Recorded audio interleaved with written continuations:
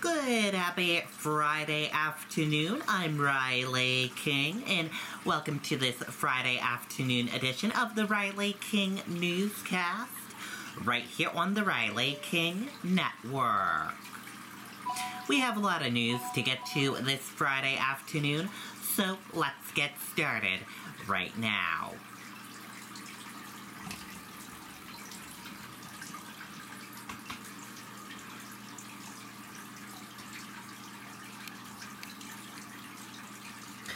First up, employee killed in tractor-trailer accident at Walmart distribution facility in Raymond. Let's take a listen to that video from WMUR News 9.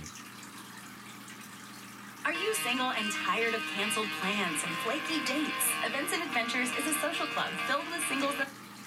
Work was halted and traffic stopped for hours outside of this Walmart distribution facility on Freetown Road in Raymond after an employee was hit by a tractor-trailer on the job Thursday morning. Raymond police say it happened shortly before 10 when 54-year-old James Tomlinson was inspecting a trailer.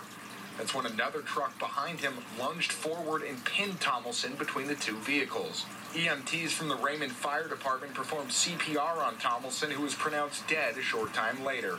Walmart issuing this statement to WMUR that reads, quote, "We are heartbroken over the loss of our associate James. We're focused on supporting his family and our associates during this difficult time and are assisting authorities in their investigation however we can." Raymond police are also familiar with the victim. They tell us Tomlinson was a former Raymond police officer from 1999 to 2012.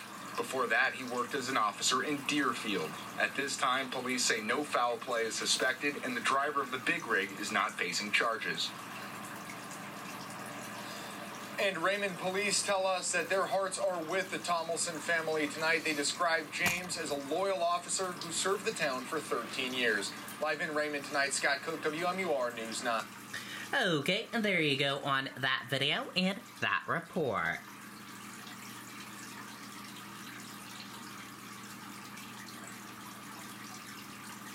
Nashua Board of Aldermen hold public hearing over petition to amend city charter. Let's take a listen to that video from WMUR News 9. Shame on everybody. Just shame on it. Plenty of tension in Nashua tonight at a special aldermen's meeting. A city divided over a petition to amend its charter for appointments to the Board of Police Commissioners.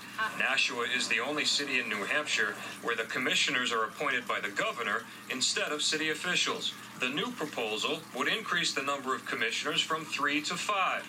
The mayor would appoint 3, the alderman president would appoint 2. All must be approved by the Board of Aldermen. I think Nashua deserves better. I think the history of the commission illustrates that it's not working. It's about local control in the appointment process. Those who oppose the petition fear local political influence and are critical of the process Mayor Jim Donchis used to bring the petition forward. A good process brings people together, and I think a bad process breaks people into pieces. Some in the city feel no good reason has been given for the need for change. I would put the National Police Department up against any agency in New England as a leader and an example of how to effectively police within a community. Why would you want to change that? Now, the intent of the petition was to get the issue placed on the November ballot. A special committee was formed to study the issue further. It's still not clear if the petition will be enough to bring the matter before Nashua voters. Reporting live, Jason King, WMUR News 9. Bust it. Okay, and there you go on that video and that report.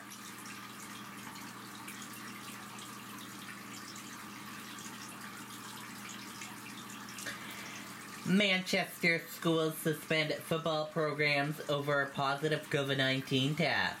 Let's take a listen to that video from WMUR News 9. Memorial High School here in Manchester making that announcement last night that they will suspend their football program. You may recall that last week Central High School, which plays its games here at Gill Stadium, made that same announcement. The Memorial High School football team will stay off the field for 10 days after members of the team tested positive for COVID. Last week, the same decision was made to suspend practice and games for Central High School. We certainly don't want to get anyone sick. We don't want to get put anyone in a bad situation. So from our players' perspective, yeah, they're really disappointed that they're not going to get to play in a game, and we've already missed a couple to this point. So as long as everybody's staying healthy and happy, that's the most important thing. New cases are also popping up in classrooms across the state. For 9 days in a row, more than 20% of positive cases are in children, with nearly 24 clusters reported in New Hampshire schools. The Newfound School Board voted to mandate masks in 6 schools after recording 42 COVID cases in 12 days. An elementary school in Wentworth is reporting 13 active cases. The superintendent says masks are recommended, but not required. The numbers started to creep up, and some of the school boards decided to go with mask mandates, and some did not. So that has been obviously, a little disjointed in what each school is doing, because it is up to local school boards at this point. Back here in Manchester, neither of the high schools reported how many team members tested positive. Reporting live in Manchester, Ray Brewer, WMUR News 9. Okay, and there you go on that video and that report. And that does it for this afternoon edition of the Riley King Newscast, right here on the Riley King Network. I hope you all have a great rest of your afternoon, and I'll see you back here tomorrow for another newscast. Enjoy the rest of your Friday, everyone. Thank you for joining us for this afternoon edition of the Riley King Newscast. Goodbye, everyone.